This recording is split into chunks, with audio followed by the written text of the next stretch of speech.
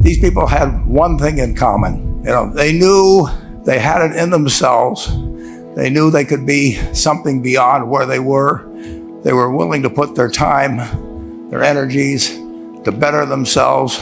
What you really could do with more skills, it's just remarkable. So I would like to just tell you a couple of short stories, and we'll draw maybe a couple of lessons from them. I would like to tell you of two women that each sold a business to Berkshire Hathaway, to me actually, for many, many, many millions of dollars. Both of them started with $2,500. By a coincidence, it was the exact same amount. It was everything they had in the world. And one of them was a woman who landed in Seattle in 1917, couldn't speak a word of English, had a tag around her neck. The tag said Fort Dodge, Iowa. The Red Cross got her to Fort Dodge, where she was reunited with her husband who had come to the country a couple of years earlier. And she lived in Fort Dodge for 2 years. And as she put it, she felt like a dummy. She couldn't pick up the language. She couldn't learn a word. And so she and her husband decided to move to Omaha. So they came to Omaha in 1919. And there she found a small colony of Russian Jews, so she started feeling more at home. And then as her oldest daughter went to school, she would come home, this daughter, Frances, and she would teach her mother the words she'd learned in school that day. And this woman, Rose Blumpkin, spent 20 years saving money, bringing first her siblings over, her mother and father, $50 at a time. She sold used clothing to do it. She had 4 children during this period, and by 1937, after 20 years, she'd saved $2,500. She went to Chicago, and she bought what she could of furniture. Her dream had always been to open a furniture store. And this woman, who had never gone to school one day in her life, with $2,500, but with the same spirit that the people in this room had about having a dream and working to accomplish that dream, she built a business which she sold to me in 1983 for $60 million approximately, and which did $1.5 billion worth of business last year. The 4th generation is working in that business. This woman, Rose Blumpkin, she worked for me until she was 103. And then she retired and she died the next year, which is a lesson to all of Berkshire's managers that premature retirement, you can't tell what's going to happen. But Mrs. B, with her $2,500, one further fact about her, she could not read or write. And she went into a furniture business, and she didn't bring anything unique in furniture, but she brought a determination to succeed. She knew she could outwork anyone else. She knew she cared about her customers. She worked at very low gross margins, but she built this incredible business. And I saw one other woman who did a similar thing with $2,500. I paid her hundreds of millions of dollars for her business. So I decided to go to the source and get these people before, I don't want you guys coming around to me asking me hundreds of millions of dollars. I'd like to join in with you much earlier. So I've followed this group, and today I'd like to tell you about one other small business person. This person, I went to buy his business from him, and he turned me down, which was very wise. But this was a fellow who was born about 8 years before I was. He was born in 1922. We'll call him Jack, lived in the Midwest. He was a pretty good athlete, didn't like school much. And I'm going to tell you one thing early in the story. Maybe you can figure out who the guy was. The company he built hires more college graduates each year than any other company in the United States. And this fellow, who was destined for this but did not know it, Jack, went to college for a year and then dropped out. He really wasn't that interested in school. And the year he dropped out was 1941. And when the the United States became under attack, he went down to the Army Air Force recruiting station, volunteered, and they turned him down because he had hay fever. So he went over to the Navy and again volunteered, and they took him. They put him on an aircraft carrier. He flew small flight airplanes during World War II, got 2 distinguished flying crosses from the Navy, and then he came back to the Midwest. So now we've got a young guy, probably by this time he would be 23 or 24 years old.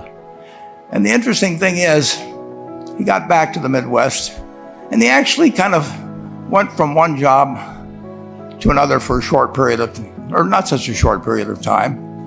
And he finally became a used car salesman at a Cadillac dealership in St. Louis, Missouri.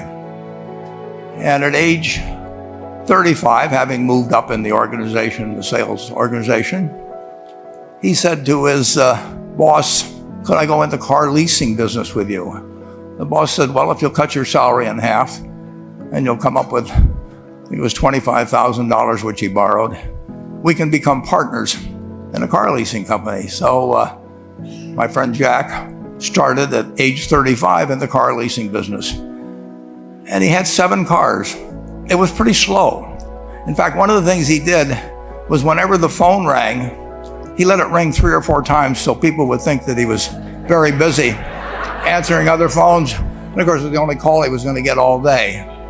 So his first venture was okay, but it wasn't really going to go anyplace. And there's a lesson in this for all of us. At age 40, he decided, with 17 vehicles, 17 cars, he was going to go into competition in the rent-a-car business. So now he's taking on Hertz and Avis and National and people like that who have hundreds and hundreds of thousands of cars. And he's got 17 cars, and his cars aren't any different than theirs. I mean, he's buying them from General Motors or Ford or Chrysler. And he can't get the airport locations. Those companies have them all sold up. But he was determined that he would basically offer the customer, can't offer him a different car, but he can offer them friendlier service than they've ever seen. And so he started a company. He named it after the battleship that he'd flown from in the Pacific, which was the USS Enterprise. And he died about a year and a half ago. But when he died, his rent-a-car company, starting with those 17 cars, was worth more than Hertz and Avis and all the rest of the rental cars put together. The man's name was Jack Taylor, and his son, Andy Taylor, is a good friend of mine, runs the business now. A grandchild is in the business. There'll probably be a 4th generation along the line. So this man in the United States, he didn't invent artificial intelligence. He didn't do anything that, just like Mrs. B selling furniture, I mean, that any one of us could have entered those businesses.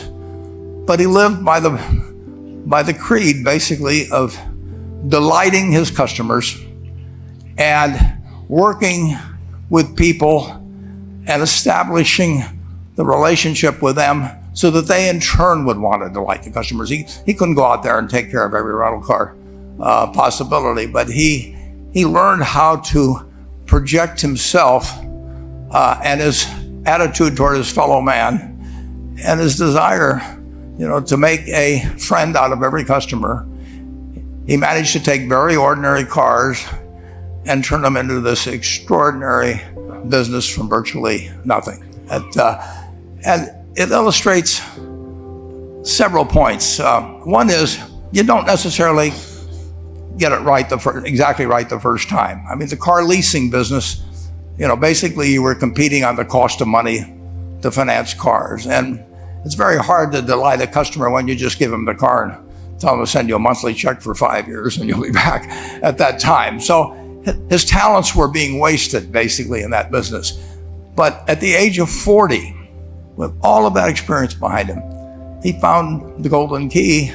He took a very ordinary business and turned it into an absolutely extraordinary operation, just like Mrs. B or Rose Blumpkin did with furniture. And he didn't worry about whether the Federal Reserve was going to tighten or ease. He didn't worry about whether the stock market was up or down yesterday. He didn't worry about the things he couldn't change, but he did focus on the one thing he could change, and that was the customer's experience. And I have seen the one that got away, Enterprise. I went down to Florida and tried to talk him into selling to Berkshire, and he was smart enough not to do it. Probably the value of the company has quadrupled since I made that visit. But he was smart enough to see that he would find that business. Henry Ford, as you may know, failed twice before he started the Ford Motor Company in 1903. I mean, the test isn't whether you get the greatest business idea in the world the first time out. The test is whether you keep learning as you go along what your strengths are and what you can do for your customers, what you can bring especially to the party. And to do that, you need the education that I know you've received through 10,000 small businesses, but you need a genuine desire day in, day out to delight the customer. I've never seen a business, and I've seen a lot of businesses, but I've never seen one that delights the customer that doesn't succeed. I mean, what you want is that customer the next day when they think, do I want to rent a car or do I want to buy some furniture? What goes through their mind? You know, it's the place where they've had a great experience. I don't know what I paid for this tie. Actually, probably if somebody gave it to me, but for the purposes of this speech, I will say I have no idea. But or the shirt I'm wearing, or this, but I do know I will remember how I was treated when I bought it. I mean, you long forget about the price, but you never forget whether you had a good experience or a poor experience with the purchase experience. And you'll have a hard time finding a person that's had a wonderful experience, a delighted experience in purchasing anything that isn't going to come back. And similarly, if the memory is of rudeness, indifference, whatever it may be, they're never going to come back. And as a small business owner, and as you grow, you have to not only be able to project that interest in people's well-being, in delighting them yourself, but you have to do it through other people. And you won't be able to do it through people who themselves do not feel they're being fairly treated, that their views aren't appropriately considered. So you really do have to learn to multiply yourself through other people. And I advise the young people to come to Omaha. We have a number of classes. The key is to, certainly in terms of your personal life, the most important decision you'll make is the spouse that most of you will likely have. And it's very important to surround yourself with people that are better than you are. You are going to move in the direction of the people you associate with. So you constantly, I've been enormously lucky in that respect. I mean, I've just had teachers and friends and a spouse that really was a better person than I was. And I had enough sense to learn from these people that life went better if you behave better yourself. It took a while. So I advise you to seek out, as your partner in business, your partner in life, whatever it may be, look for the people that actually are examples to you rather than somebody that you think you need to straighten out yourself. And simple rules like that, delighting customers, working through other people, associating with people that will cause you to move in a better path than you might otherwise have, they will take you so far in life that it's hard to believe. I mean, they took Rose Blumpkin without being able to speak a word of English, couldn't read or write. And they took her to what is now a $1.5 billion business. And incidentally, there's been no money put in it since the $2,500. That's been the total capital paid into the Nebraska Furniture Mart. And I think if you looked at enterprise, I don't know their books the same way, but my guess is that very little equity capital has been added to enterprise over the years. The business built on itself. So I want to tell you, I admire this group enormously. When I met Dr. Mello's class on September 22nd, 8 years ago, I was thrilled. And I admire people that are doing what you have done. Working hard at your job at the same time, you took on an added, really, lot of hard work to further your skills. 99% graduate. I mean, that's a mind-blowing statistic. And I'm looking at 2,200 people here who I admire. I'm cheering for you, and I can tell you the best is yet to come. Thank you.